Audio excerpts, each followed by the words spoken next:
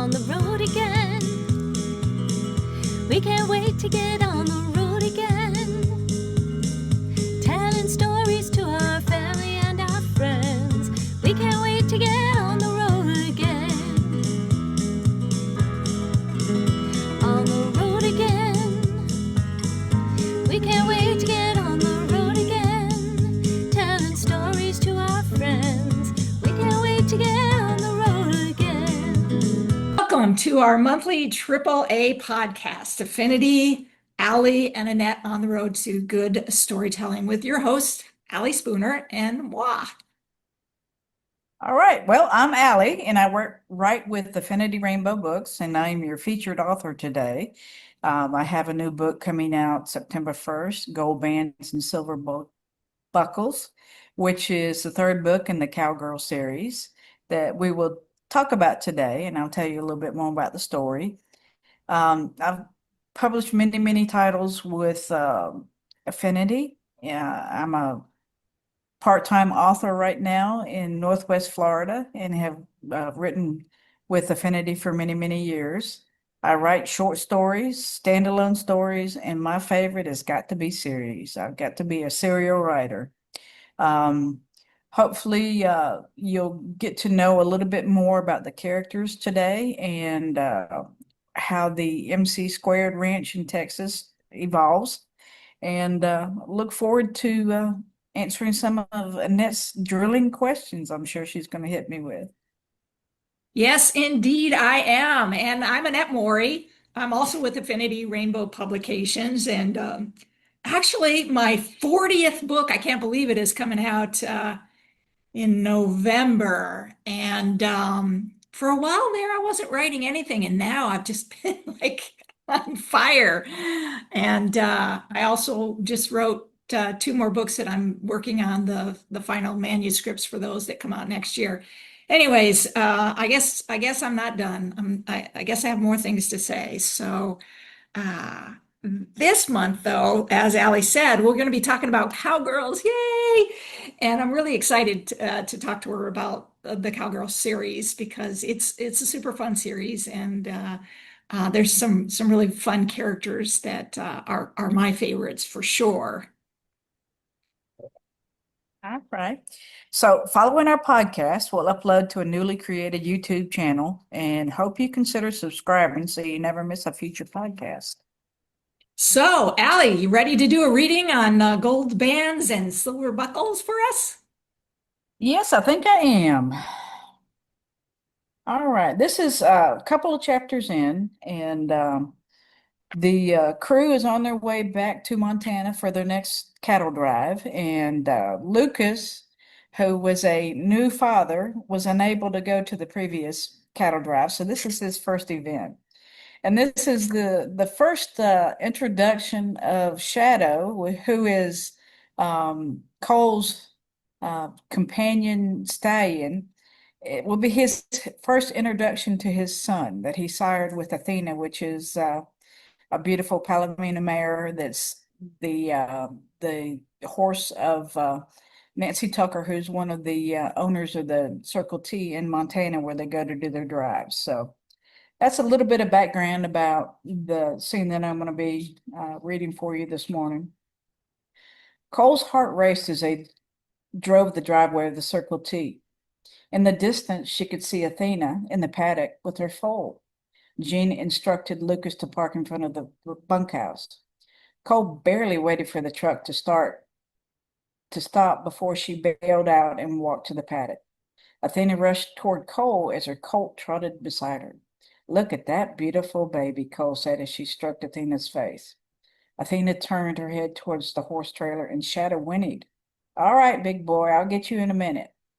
The colt slowly approached Cole, lifting his head over the railing. "Yes, you are mighty handsome.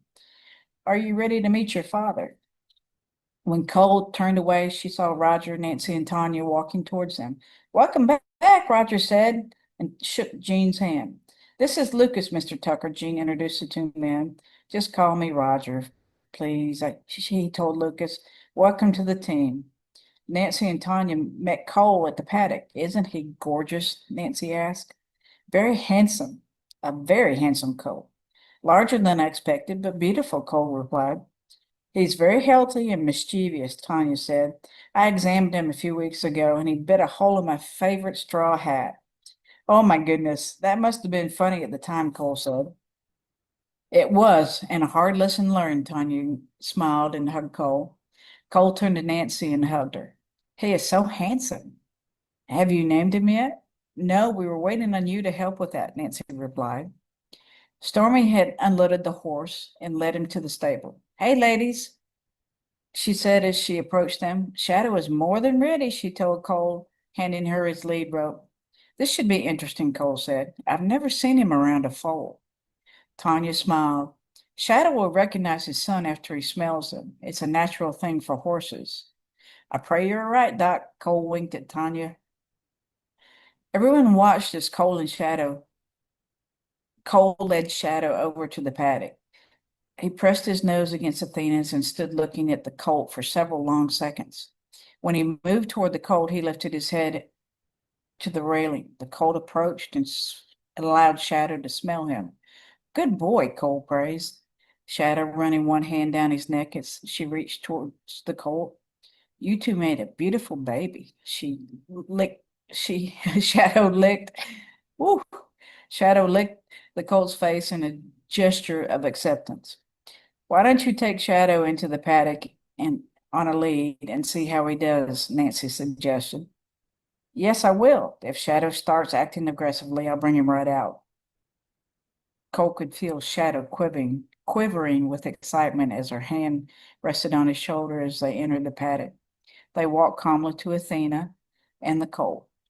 That's a good boy, she praised as she rubbed his face on the colt's neck. Oh, that's sweet, Stormy said. Cole loosened her grip on the lead and Shadow continued to inspect his son. She stroked down the coal's back, showing him that she liked the foal. Cole led Shadow away and the colt followed them. Good boys, Cole told them. Cole looked over at the group. What do y'all think about removing the lead? Nancy looked at Tanya for confirmation. Tanya nodded. Stay close for a few minutes, Tanya added. Cole removed the lead and patted Shadow's neck. He's a good dad, she said, and taking a few steps back. Shadow smelled the colt and then looked at Athena, who was watching them closely. Shadow lifted his head and began trotting around the paddock. The colt kicked up his heels and raced after Shadow. Athena joined them, and Cole smiled at the happy family. She whistled. Shadow's ears perked, and he ran over to her with the colt. Good boys. I'll be back to feed you in a little while, Shadow, and the colt continued to romp around the paddock as Cole joined her friends. I think they will be just fine, Cole announced. Hey, Mr. Rogers, she said and hugged him. I'm so happy to have everyone back this year, Roger smiled at Cole. Georgia is cooking one of your favorites for dinner. It should be ready soon. Do you want a cold beer while we wait? We can sit on the deck and watch them play if you'd like. I'd like that very much, Cole replied. Lucas and Jean had stabled their horses and joined them on the deck. I forgot how beautiful it is here, Jean said. Cole couldn't keep her attention from the paddock. She was happy. Shadow was blended well with his family. The colt was gorgeous and very energetic. When she thought they were settling down, he'd take off again to have Shadow chase after him. They are a handsome bunch, aren't they? Nancy asked when she sat beside Cole. Yeah, they made a beautiful colt. What names were you thinking? Apollo, if we want to stick to the gods, or Shadow Dancer is at the top too. Do you have a preference? Cole asked. He does look rather godly, she grinned. That settles that. Maybe we can keep Shadow Dancer for the next foal, Nancy suggested. She's not in season yet, but would you ask Doc Bo for a collection so I can have a breeder inseminator when the time comes? I think that can be arranged, Cole said. I'm sure Shadow would prefer the natural method, but the distance can't be helped, Cole chuckled. Do you plan to ride Athena for the cattle drive? I've decided to leave her behind this trip. I can't leave Apollo alone with Dad. He will have him spoiled rotten by the time we get back, Nancy smiled. I think he loves that colt more than he does me. I doubt that, Cole replied. How are things going with you and Tanya? Life couldn't be better, Nancy said. We have an on-site vet and I have an adorable partner. Cole nodded. Does she still do some work with the Mustangs? She will check on the herd while we're gathering the cattle and join us on the ride back down. What's Thomas doing? He's getting ready to graduate and get his MBA, Nancy answered. That's fantastic news. How's life with you and Nancy? Or how's life with you, Nancy asked. Are you used to the gold band yet? Married life has been wonderful. Mary Lee is chomping at the bit to come up for the rodeo and to see everyone. Georgia stuck her head out the deck. Dinner's ready if anyone's hungry. That's my middle name, Jean said and introduced Lucas. She is one of the best cooks ever. I hope you're going on the drive with us. I wouldn't miss it for the world, Georgia stated. Oh my goodness. Fried chicken with rice and gravy, Cole asked. With some corn and green beans, Georgia beamed. You sure I can't talk you into moving to Texas? No, was the chorus of answers she got from Roger, Nancy, and Tanya.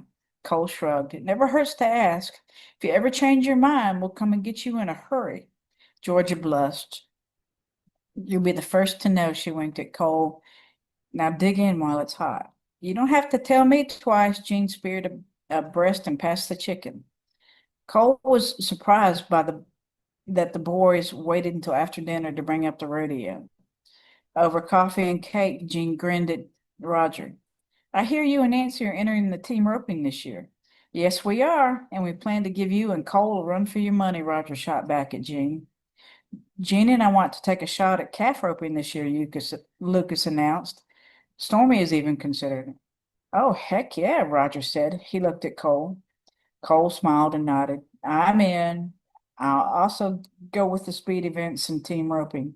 I'll do calf roping as long as I don't have to wrestle a calf. I'll register just for the events this week while y'all are gone, Roger promised. Saddle and bareback for the three of y'all again? Heck yeah. I'll run the barrels too, so maybe we can sweep that event, Stormy squirmed in her seat. Georgia, you need to make more room for another trophy, Stormy replied. Don't jinx us, Cole said and punched her in the shoulder. Maybe we could get some practice on calf roping on the way down, Jean suggested. That's a good idea, Rogers agreed. Have you seen the trophy we took home from Austin? Jean asked as he pulled out his phone and pulled up a picture. That's mighty impressive. Y'all have been racking up the silver buckles too, Roger added. We hope to add a few more this trip, Jean added as he put his phone away. What time are we rolling in the morning? Stormy asked. We'll be loaded up and on the trail by 7. The guys have loaded all the tents and supplies into the chuck wagon. We'll toss your bags and some food goods in the morning, Nancy answered. That means breakfast at 6, Georgia said. I think we can manage that, Cole said. I need to feed and water Shadow after getting him installed. Can I come back and help you with the dishes? No, ma'am, I've got this, Georgia said. Tanya usually helps me. I'll get Athena and Apollo fed too. I'm sure they've had enough playtime for today. Nancy said. Apollo? That's a great name, Jean said. We've decided to keep Shadow Dancer for foal number 2, Nancy grinned. I like that name too, Jean said. Foal number 2, huh? We're hoping to do artificial insemination when she comes back in season, Nancy said. I see. No boom boom for Shadow, Jean teased. Not this trip, Nancy replied. I'll grab your bag and meet you at the bunkhouse, Stormy told Cole. That works for me. Do we need to move the truck and trailer tonight? Cole asked. Roger, no, it's fine right where it's at. Leave the keys and I'll move it if necessary. Jean handed him the keys. See you bright and early. Cole and Nancy walked to the barn. Athena and Apollo were already in the large stall, so she closed the gate behind them. Cole whistled for Shadow, who was grazing. Let's go, big boy, she called out, and he trotted to the stall next to Athena. Cole filled his food in the hay catcher, then poured clean water.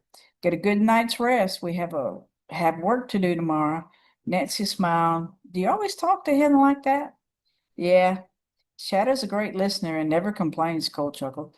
He's been a great friend and partner. I understand that, Nancy said. She stroked down Athena's face. Her first birth wasn't easy for her, and I'm thankful Tanya was here to help her through. Does Tanya have a good practice started? Cole asked. Besides here, she has a growing practice. She's good with all animals, and people love her. What's not to love about Tanya? Cole said. Exactly. Tanya's very prompt when there's an emergency, and she charges fair rates. What more could anyone ask for them? Nothing except that she could be cloned. Some of the other ranchers are jealous we have an on-site vet at our disposal. I understand that. Doc Bo has been a wonderful addition to our crew. How are things with she and Melissa?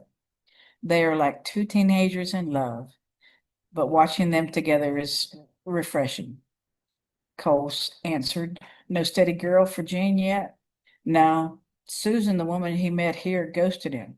Lucas plans on setting him up when they get back. He's a sweetheart, and any woman would be blessed to have him, a man like Gene. That's true. I know Gene really likes Susan, but how she left him really hurts. She should have just come out and said she'd met someone new. That's not always an easy thing to do, but I agree with you. I hope Gene finds someone deserving of his love. In time, I'm sure he will, Cole said as they left the barn. I'll see you in the morning. Good night, Cole. Welcome back to Montana. Thanks, Nancy. Sleep well.